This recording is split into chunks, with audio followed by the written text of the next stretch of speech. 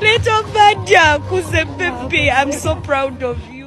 Little Buddy wa Shiba Kalungi Amiru akuze nkugambye ali mu kwogeza abamu obwama eside eno ate nga Spice Diana akiguddeko n'emmotoka nno kata emusuule wali ekigo byengenda okubeera nno nga nkutuusakoko mu maaso awo kakasa nti no vidiyo ogimpera like kosaate n'okusubscribinga kasita obeera nga tonaba bampita Jaminati nsinzira ku Jaminati Yugi kansooka ate nkutandiseekoko ne Shiba Kalungi yabadde alina akabaga kaali mu kutuukako wano nga boogezaako okulaba awo munnange abantu bangi babaddewoko ab'enjawulo nga bali mu kujokingamuko n'omwana we wali beewuunya bagamba ye omwana ng'akuze bannange Shiba Kalungi omwana omuwaaki nga mugimu okamala bulabula bibadde bingi nnyo munnange wali mu katambi naye Shiba Kalungi naye anti munnange nga womanyi omuzadde essanyu nga ppitirivu nnyo nga boogezaako okulaba akatambi ako.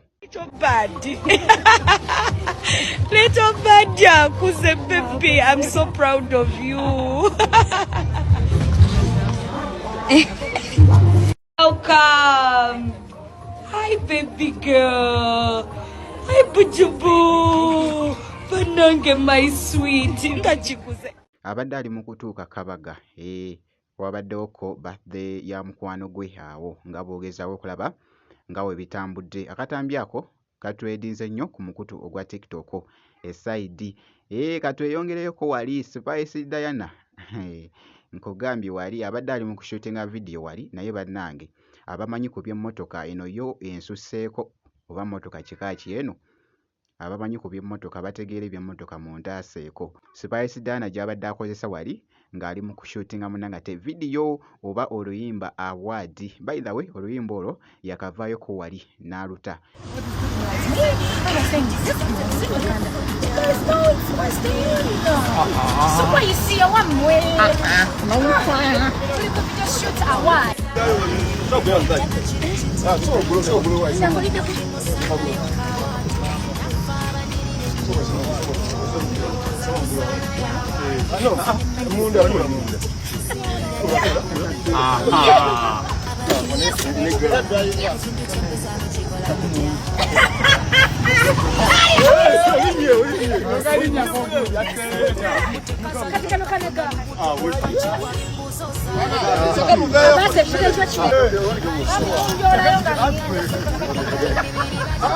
Okay, action, tuvuge jambo.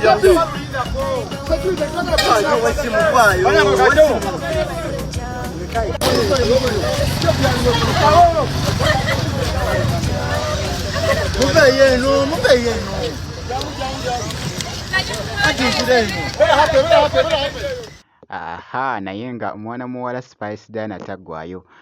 Munnange nno vidiyo yagishutinze muganda wange okuggyayo amakulu g'ekigambo award nalabyeko wali nga yataddemuko by the way mwabaddemuko engule kwegamba yaggyeyo nnyo munnange ate ekifaananyi ekirungi munnange ate mu vidiyo eno tosaanidde kubeera nga ate ogisubwa ogiceekingako genda ku YouTube channel ye jjukira nti nno ngenza okukola vidiyo eno nga vidiyo yo yagitaddeyo dda eya award oba oluyimba lwe olupya munnange ate mwana muwala munnange ate Spice Diana bwe nti bwe nkoze era kakasa nti no vidiyo ogimpeera like kosa ate n'okusubscribinga kasita obeera nga tonaba nzikiriza nkomewoko mu maaso awo ate n'ebirala katono nnyo bwe nti